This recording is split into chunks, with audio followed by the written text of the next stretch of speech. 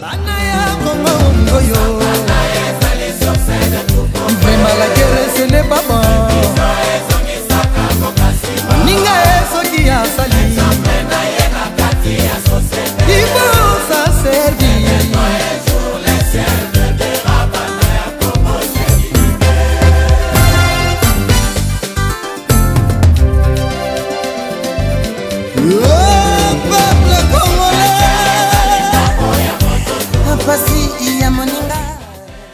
Tozana esongo ya mingi ndenge boyambi biso epai na bino. Salutation pratique na ya biso epai na bino lisusu epai na ba congolais nyoso oyo basepeli na masolo ya nouvelle citoyenneté n'importe où bazala kobika na kati ya mokili oyo ezala na Kinshasa, ezala na kati ya RDC, ezala na diaspora. Lelo tokobeta lisolo ya phénomène FDLR et na masolo oyo motinami spécial ya mboka États-Unis na région ya Grand Lac P na RDC alobaki lobi na Kinshasa na ngonga asalaki point de presse na ye. Alors tango motinami spécial ya mboka États-Unis na mboka na biso asalaki conférence na de presse na ye alobaki makambo ebele likambo moko ezalaki makambo mibale na kati makambo mibale wana ezalaki likambo ya ba FDLR. Alors ba FDLR bazali banani ba FDLR sikoyo isengeli boye bake bazali ba rebelle oyo bakatsaka ba frontière ya RDC uto année 1994 tango chute ya président Juvenal Abiyarimana esalemaka bayaka ebele na début sika oyo ba nombre na bango ezali estimé à 1000 combattants oyo bazako bika na mboka na biso bazako bika depuis plus de 20 ans. Alors bango bazako sala makambo mingi mabe na mboka na biso. Alors mingi na région ya sud na nord Kivu. Alors esengenda bino koyeba bandeko balandi que mokolo na date ya 2 janvier 2015 nde ultimatum oyo bakonzi ya CIRGL na bakonzi ya CADC SADC donc ba pesaki epai ya ba élément ya FDLR pour ba se rendre pacifiquement pour bazongisa bango na Rwanda. Alors ba force armée et c'est ngana bino boye bango ya RDC et lancaki depuis jeudi 29 janvier opération militaire o ebiengami Sokola 2.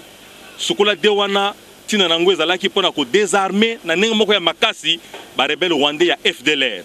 Bandeko bazali kolanda biso bana Congo bozali kotuna opération Sokola ezanini. Ba FDLR baza banani ba uti wapi pe ba ekosala nini na territoire ya République démocratique du Congo. Biso nde toza ba experte mais toyambi batu oyo ba ko éclaircir biso na kati ya likambo etali ba FDLR.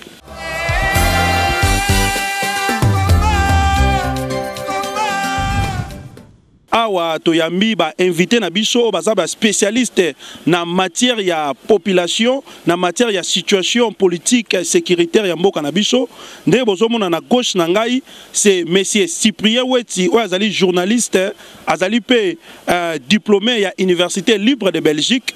Donc azali journaliste d'investigation depuis plus de 30 ans. Yende azali mukolo société babengaka www.lesamideweti rdc.com. Toyambi pe pona bino papa Richard Lumumba.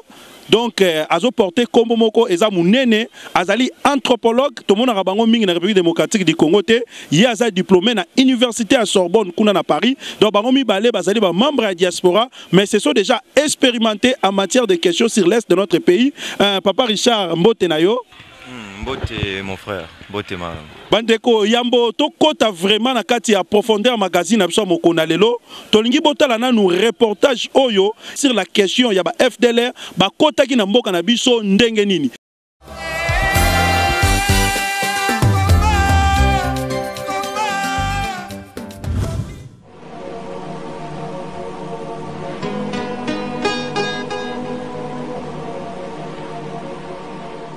Lorsque je décide avec mon gouvernement que tous les réfugiés devaient quitter le territoire de mon pays au plus tard le 31 décembre 1995 et que le président Mobutu me dit ce n'est pas comme ça, prends une position contraire, et je reçois de la communauté internationale le secrétaire général des Nations Unies, Boutros Ghali, le sous-secrétaire d'État américain, George Moose, le directeur pour Afrique, Rochero de la Sabrière, pour me dire, écoutez, non, il faut suivre la voie du président. Il ne faut pas vous opposer au président sur ces chapitres. Alors que toute la population du Kivu avait mobilisé ses moyens de transport pour aider les réfugiés à rentrer. La vérité, c'est que la communauté internationale ne voulait pas, alors que la même communauté internationale, par 2 résolutions du Conseil de sécurité, a voté le déploiement de forces multinationales qui devaient constituer les couloirs de sécurité pour permettre aux réfugiés de rentrer dans leur pays dans la paix et la dignité.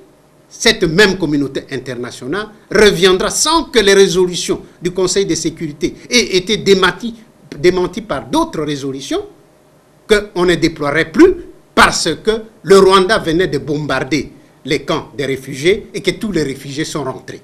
Je me pose une question.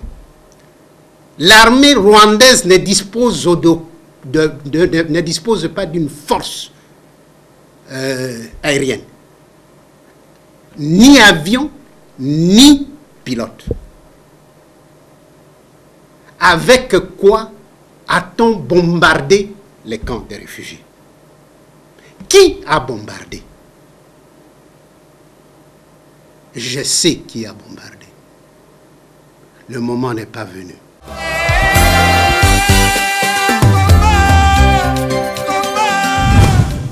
Biso, toye na vérité. Comme Bakino va comme Saint Thomas, yango biso va les amis de Wechi, tozalaka na vision à long terme. Ba image oyo to tourna ki yango en 2001. Lelo est comme il a 14 ans. Et sa première interview ya papa Léo Kengo Adondo en exil. Donc afungula ki motema. Ya lobaki biso pe to enregistraki. Yango lelo ezongi d'actualité. Pour nini topesi yango lelo, il y a cela 4 mois, tu lances une opération, cessez le feu, j'ai dit bonjour à mon frère. Pour nini biso ba Congolais, toyoka nakate. To bandaka biso ba journaliste, toyoka nakate. Ba musicien, ba yoka nakate. Ba politicien, ba pasteur, biso nyoso, toyoka nakate. Impression non siko ezani par rapport à image ne ko landango siko. Hein? Impression nangai virus wana na trouvé pour nini tozaka bon mon côté virus wana ezande la communauté internationale bango nde basalaka ba plan na bango baye kotia mobulu na kati ya biso ba congolais neti reportage oyo malabo papa Kengo alobi makambo ya 94 oya ba FDLR lelo awa Congo mobimba baebike c'est Raïs Kabila Kabange nde amemi ba FDLR. Or eza faute ya communauté internationale.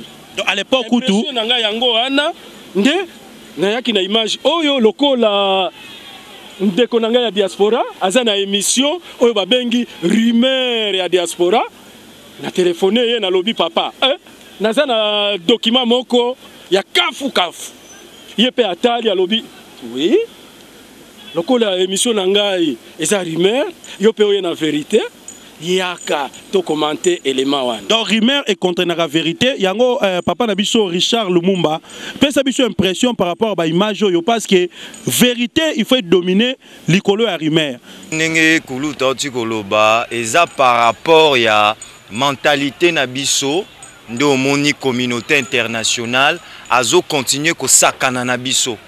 Parce que ce qui est là, moi un anthropologue, to sali ba étude belé na poto, to comprendre qui est l'homme blanc, hein, to comprendre qui est tipo.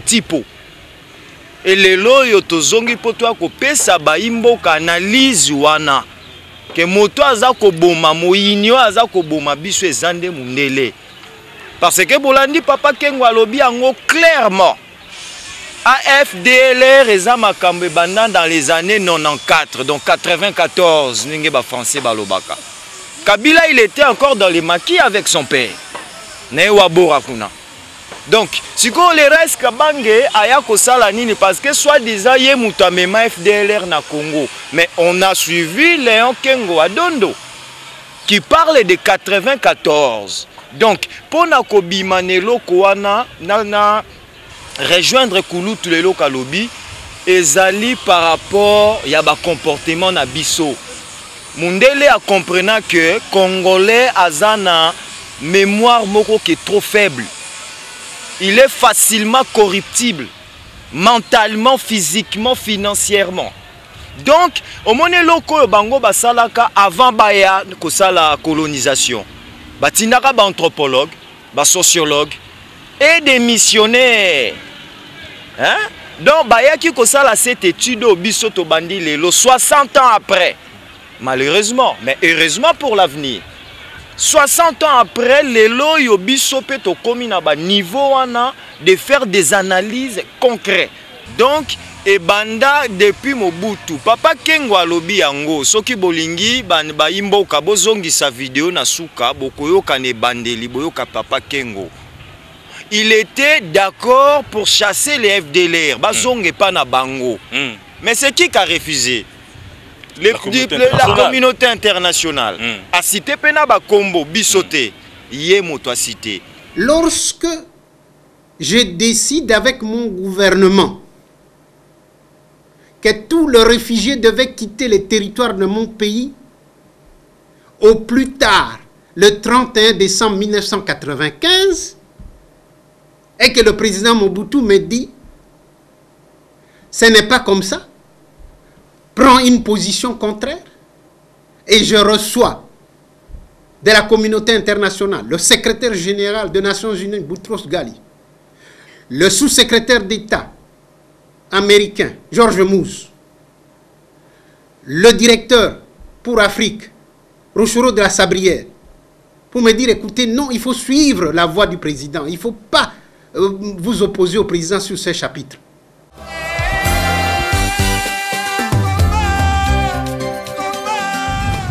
Et ce qui tolobi sous tozonga sima parce que ba imboka ba kolobaka kapona nini ba bandi na FDLR pour ba soutenir Kabila ou quoi? Non. Nous on est des analystes et des spécialistes, des experts à la matière. Donc, ce tolobi tozonga lisusu sima tokomona que c'est le même complot nde Mundela salaka partout na mokili pour déstabiliser Bamboka, pour continuer à piller et de laisser l'assistanat. Donc, ce nabina sili samokeli mbisanga ndeko na question tuningai, les FDLR ezalaki o babengaka cheval de Troie. Voilà. Parce que les lois soki tozana plus de 6 millions de morts, Rwanda a justifié agression na ye pona koya ko benga na FDLR. Bato batinda FDLR na mboka na biso c'est la communauté internationale. Tango le gouvernement Kengo a eu décision babimisaye boyo qui est bien la communauté internationale ba bengi président Mobutu pour baye bisaye que tika bango place wana. Ndeko Richard na sosolo bien est facile à comprendre. Tango za ko pesa biso ya na question na biso question moko ilinga na moto pona papa na biso wechi. Alors Kengo Adondo azui mokano ya kozongisa ba Rwandais pa na bango. Communauté internationale ba bise papa Mobutu aibisa Kengo azongisa bango te. Siko na likambo ya kozongisa ba FDLR pa na bango. Communauté internationale baza ba hypocrite to baza nengeni. D'abord, avant Papa Sami Bosongo à répondre à hypocrisie ou non de la communauté internationale, la communauté internationale ango ezalaka nini. Papa Weti, yebsapsona communauté internationale ezalaka nini, yambolimbola na motuna ya ndeko na biso Sami Bosongo, est-ce que communauté internationale na makambu ya FDLR azo jouer hypocrisie toté? Communauté internationale ezaba pays oyo bazwaka ba décision ya monde entier. Nde babenga kabango ba communauté internationale. Ndeti bamboka ni na kati wana. Oh, États-Unis hein. France, la Belgique, Union européenne, Russie, Chine. Tout bien bango ba communauté internationale. Ndeko wechi toki koloba na ndenge ya kinwazeli ki bango nde baza ba yanke ya mboko ya mokili te baza ba yanke ya mokili te baza ba yanke ya mokili te ndenge papa alobaki leur ba sango ou bien la communauté internationale ba yaki en Afrique batindaki ba sociologue ba anthropologue pour ba étudier biso ba yebi ba caractère na biso nyoso et lokola biso pe lokola biso ba les amis de Wechi tokendaki na tata na biso na poto biso pe tokende ko étudier bango totanga na bango ya sali plus de 20 ans et plus de 30 ans donc toyebi bango yango toye na ezaleli na bango donc communauté internationale baza na système de jeu na bango il faut s'adapter na système wana po tobeta balle na bango. Nalikama FDLR sikoyo est-ce que baza ba hypocrite ou baza ba hypocrite poto moni que lobby communauté internationale aboya ki ba FDLR ba kota awa to moni pe tant gouvernement azo bundisa bango azo benga na bango kaka les mêmes communauté internationale azo lingate ba FDLR ba zonga na mboka na bango est-ce que likambo na to benga ngo hypocrisie to hypocrisie non eza hypocrisie te ba moni que ba congolais ba yebi makambo te na ba document ya boye les loso ki ba FDLR baza na Congo eza faute ya communauté internationale.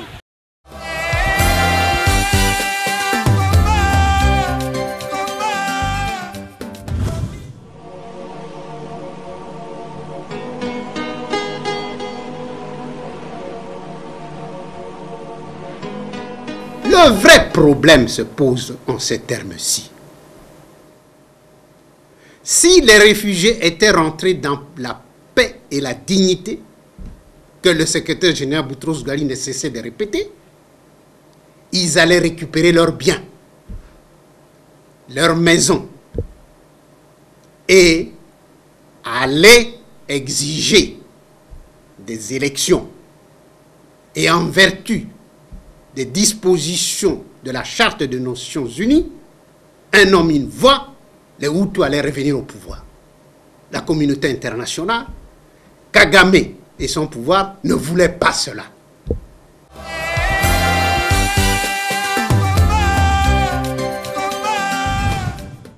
Na Rwanda, Bahutu, nde baza majoritaire. Bahutu, nde ba constitué ba FDLR. Leur Kagame aye, bazui pouvoir. Na batunaye, baye, ba bengani, ba FDLR. Bazui biloko ya Bahutu. Bavandi na pouvoir.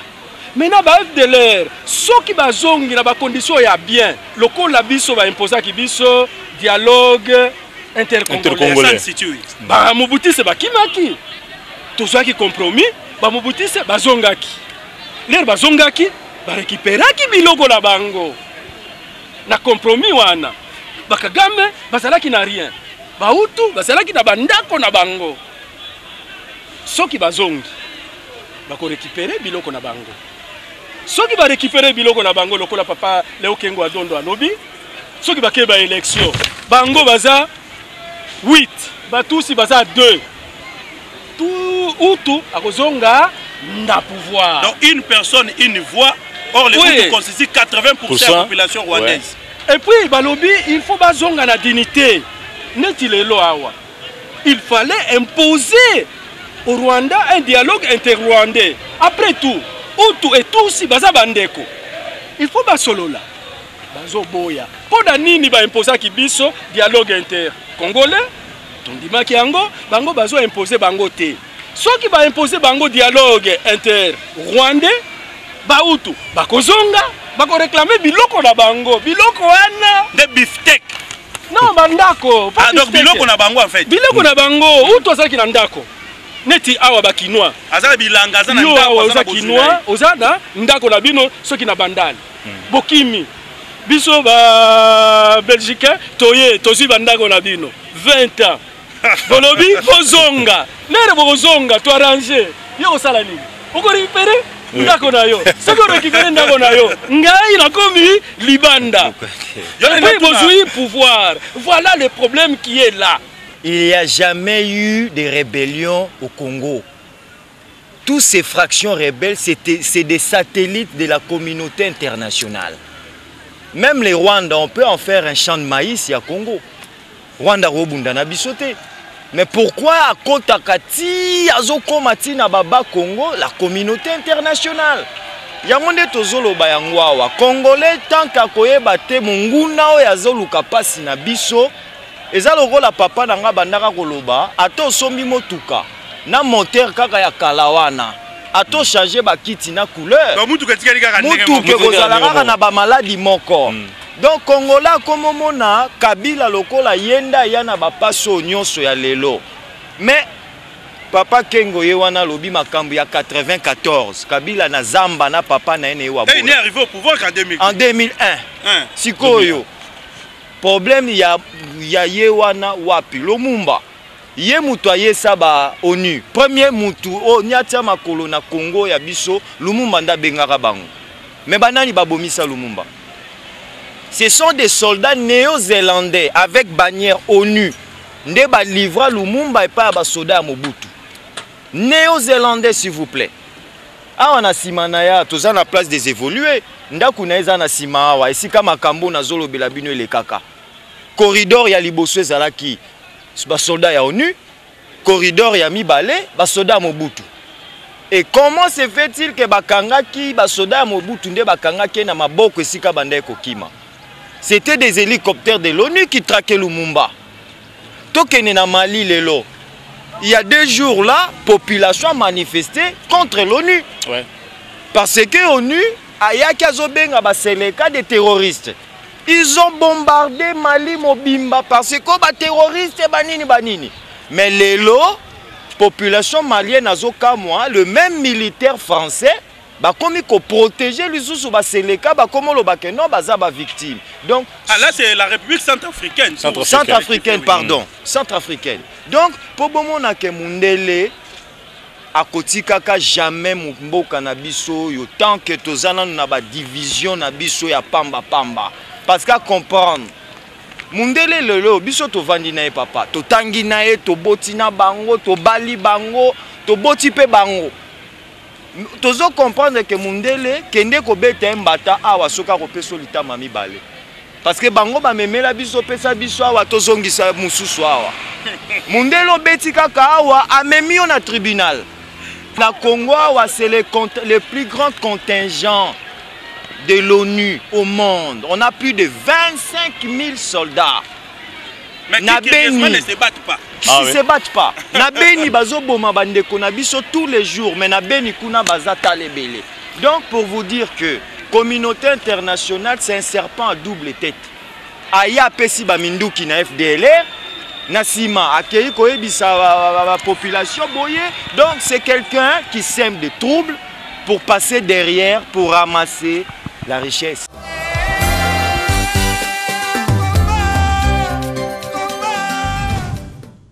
Tango opération Oya Sokola de Bandi et loko moko e comme si bateau hein ezali lokola ozana ndako ozana likambo muto yeke asunga yo boyi sokola asunga yo FARDC gouvernement congolais et boyi MONUSCO esunga biso na opération Sokola de likambo yo mona ngondenge nini to boyi lisungi ou bien ndenge nini to boyi lisungi te bato komi koloba oh FARDC eza na ba officier oyo basalama kambo na ba FDLR nyango basala ba crime de guerre nyango siko gouvernement komi ko boya MONUSCO et accompagner bango wana na kanisi ke to kende à côté à débat Toujours qu'il y a un côté débat. Non, papa Kengo, yende a expliqué.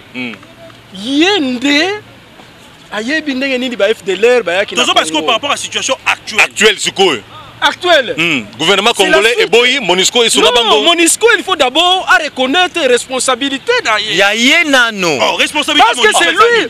C'est MONUSCO, non, ONU, nde boyaki ko séparer ba militaire na ba civil. Bango ne ba kotisa bango. Ba supporter ba conséquences. Ne on ka salinga sungate, non, ba supporter nano. Il faut montrer au peuple congolais. Au moment où ndenge soki toke na débat, il faut montrer au peuple congolais que c'est l'ONU aboya kopesa mbongo papa Léo Kengo Dondo en 94 le razalaki premier ministre.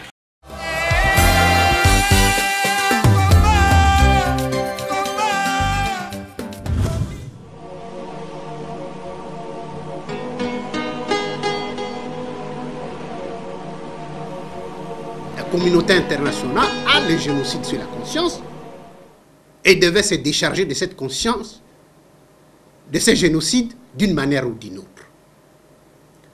J'ai pris contact avec le secrétaire général par 2 fois à l'Assemblée nationale des Nations Unies de septembre 1994.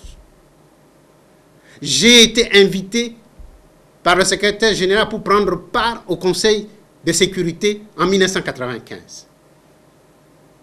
Il avait été entendu que je devais convaincre le membre permanent du Conseil de sécurité pour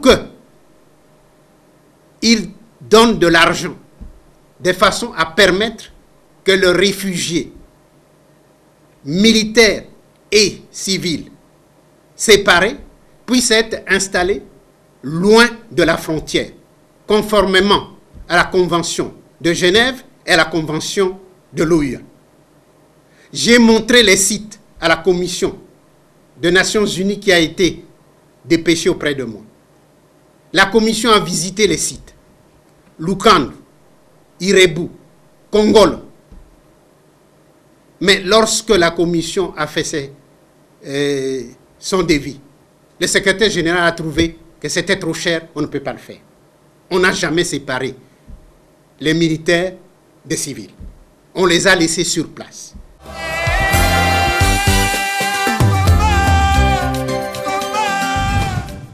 Il fallait maintenant qu'on séparer les civils et les militaires. Les militaires, il fallait même bango Irebo, Kongolo, na Lokando. Basala qui angoté. L'air basala qui angoté. C'était trop cher. C'était trop cher. Bavandiwana. La même communauté internationale, balingi babima bagangi. Non, non, il faut commencer par là. Il faut reportage oyo ya papa Kengo. Tomemi yango ba expliquer biso ka oyo eyeli susu na Centrafrique. Mais Kengo n'est pas Jésus, donc c'est non non oya lelo ezali susu na Centrafrique. Ba nini ba réfugiés ba koti armés na ba civil. Est-ce que ba séparer bango?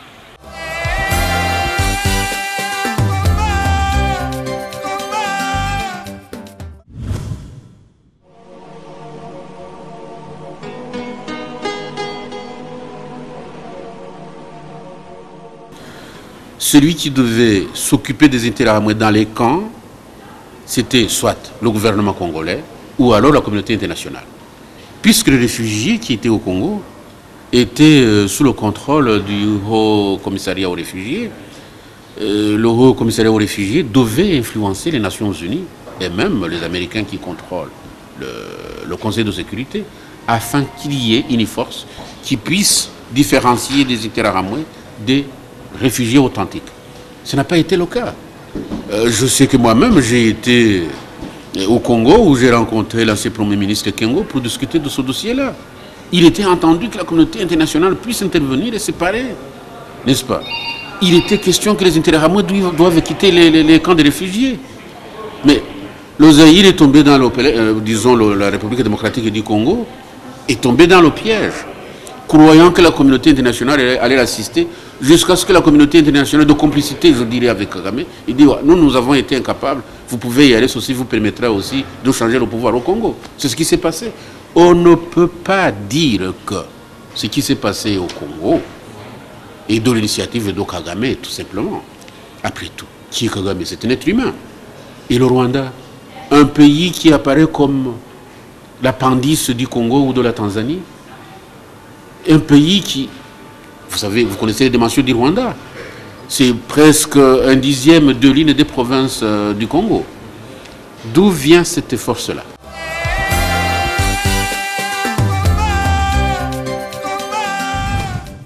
Pourquoi les loyaux Congo boy kokene na Monisco? Mais on est un pays indépendant. Pourquoi est-ce que MONUSCO face à l'ondiré babysitter Moko Boye, il apporte pas d'aide. MONUSCO, il apporte le malheur. Akoya PCF de l'air Minduki, aya Pesibino, aide logistique. Yebisanga aide yangoana. Donc, ozo kende ko bunda bitumba, na Minduki o monguna na ya Pesio. Akobando compter ba bale si kozo beta. So que si lui même azobine la liboso ko yeba suko tirete. C'est que Kagame et les petits groupes rebelles les Osala na Est. Ça a commencé par Bill Clinton, ba Condoleezza Rice. Ils ont promis à Kagame l'Est et à Congo, ce qui boye bien côté. Biso to analyste. Mais président Kabila, na gouvernement, babilo ko nyonso tozo mona ba FDLR. Est-ce que le gouvernement biso a mon akaté? Pourquoi la voix du Rwanda est plus attendue que la voix de la République démocratique du Congo? Yango kuluto alobi yango, il faut siko biso ba Congolais to vanda. Ba kulutu neti ba papa Kengo. Bakuluto yo basala ke mboka oyo ezala boye, il faut siko ba banda kofungola mpoke. Banda kofungola. Mais tovandi na poto. Dire la vérité, papa, nous guider. Tovandi na poto. Tozomona ba Charles Pasqua na France, tozomona bato minene. Soki ba moni ke carrière ekomo kene na suka, bakosala biographie. Voilà. Bakomi. Mais ya biso ezalaka te. Heureusement, il y a papa Kengo voilà. Je renvoie ceux qui m'écouteront aujourd'hui de lire le livre de Bernard Debré, Le retour du Mwami.